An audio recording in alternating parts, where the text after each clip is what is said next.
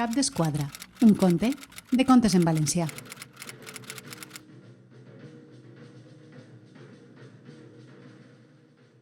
Marc i Marcel són els millors germans del món. Marcel, que és el germà xicotet, pensa que Marc és llestíssim.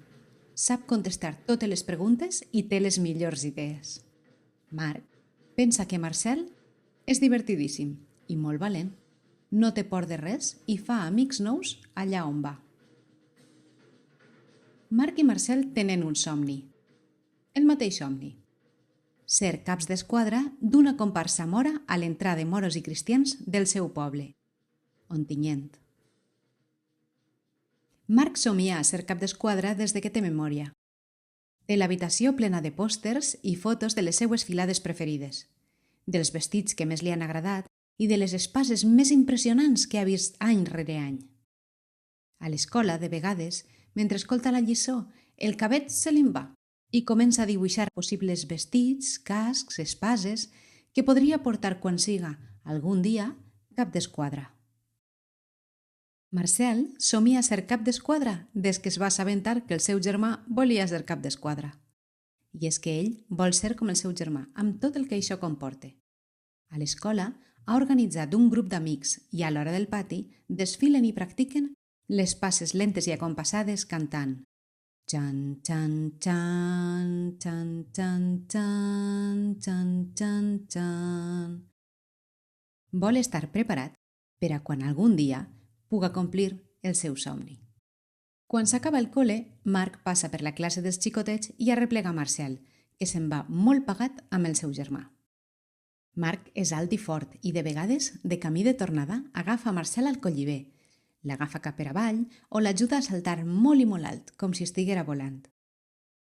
Quan arriben a casa, sa mare els està esperant i els diu que té molt bones notícies.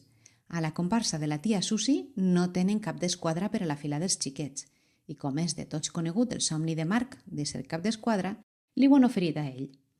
Els assajos començaran la setmana següent, si Marc vol, és clar. Marcel s'emociona i comença a saltar. Marc serà cap d'esquadra! Marc serà cap d'esquadra! Que emocionant! Marc s'ha quedat un poc aparat. La notícia no se l'esperava i, tot i que li fa il·lusió, se li ha fet un poc gran. M'ho puc pensar, mare? Marcel ha deixat de saltar i mira el seu germà estranyat. Pensar, diu?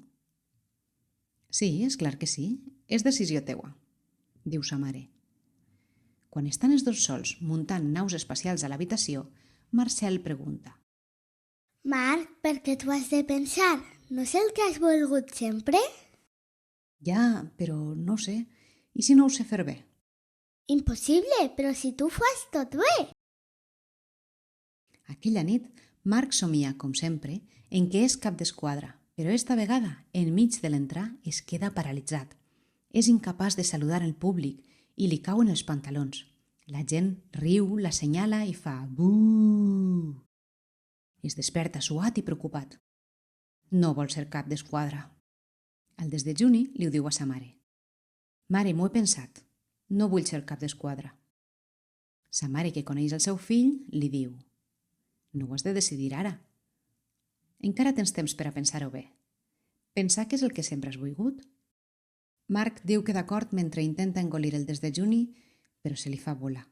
De cap de les maneres vol ser cap d'esquadra. En tornar de l'escola, Marc està trist i despistat. No li fa bromes a Marcel, ni el llença pels aires, ni tan sols s'ofereix a agafar-lo a colliber. Marcel li pregunta. Marc, estàs trist? Ai, és que no vull ser cap d'esquadra. No ho sabré fer i no vull fer-ho. Estàs seguríssim? Seguríssim. I aleshores per què estàs trist? Perquè era el meu somni, però no ho faré bé. Per què dius que no ho faràs bé? M'entrarà vergonya i no sabré saludar i la gent farà buuu. Marcel riu molt fort. Li sap mal que el seu germà es posi trist, però no ha vist mai cap entrar en la que el públic farà buuu i li ha paregut que seria molt graciós. I per què no ho fas tu? Pregunta Marc. M'encantaria, però sou massa xicotet i no aguantaré el pes de l'espasa tota l'entrada. A Marc se li il·luminen els ulls i puja Marcel a colliber. He tingut una idea genial, Quina? pregunta Marcel il·lusionat. I si som els dos caps d'esquadra? Els dos? Com? Com ara, tu damunt meu ja no eres tan xicotet i la veritat, si estàs amb mi jo no tindré tanta vergonya.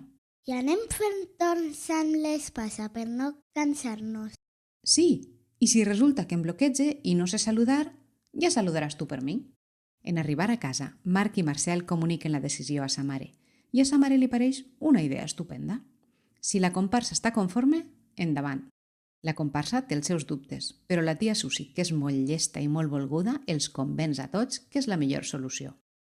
Els assajos van fenomenal, aprenent a saludar amb gràcia, a caminar al ritme de la comparsa i fan molts amics nous. El dia de l'entrar, Marc, vestit amb una roba lluenta i acolorida, com en els seus millors somnis, es rosega les ungles nerviós. Els assajos són una cosa, però ara n'hi haurà molta gent mirant. I si no ho fa bé? Marcel ja s'ha posat el casc i corre d'un costat a l'altre emocionat amb la seva espasa corba. En veure el seu germà que està a punt de quedar-se sense ungles, s'acosta a donar-li ànims. Marc, és el nostre dia. Avui complim un somni. No estàs content? Molt content, però molt nerviós. I si no ho faig bé? No et fa por a tu no fer-ho bé? A veure, jo ho intentaré fer-ho bé. Però si no ho faig bé, què passa? Tampoc passa res realment, no? Marc es queda pensatiu. Igual té raó, i tampoc passa res al cap i a la fi.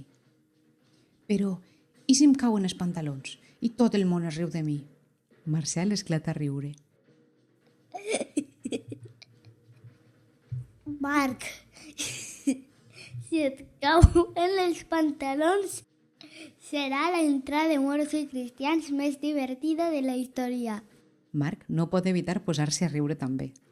Això és veritat, diu. Però per si les mosques, mira, Marcel li dona un cinturó que n'hi havia per allà. posa't este cinturó. Marc es posa el cinturó i somriu al seu germà. Just en el moment en què arriba la tia Susi, guapíssima amb el seu vestit de reina mora, càmera de fotos en mà, a fer uns 3.000 retrats als seus Marc i Marcel per al record. Aquell dia, els dos germans desfilen al ritme de les seues marxes mores preferides. Fan torns per portar l'espasa i saludar un públic que està encantat amb eixe cap d'esquadra doble. En un moment, a Marcel li agafa un atac d'estornuts i quasi cau de dalt del seu germà. Però Marc l'empoma al vol i s'emporten molts aplaudiments per part del públic. En acabar l'entrar, Marc i Marcel, suats com a pollets, reben les felicitacions de coneguts i no tan coneguts. Els dos germans no poden estar més contents.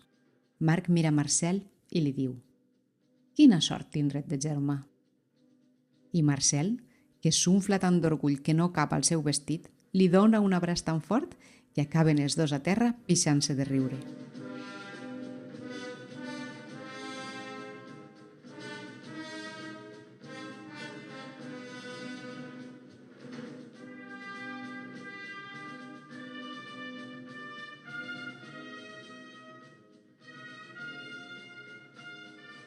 Com t'he contat? Ja s'ha acabat.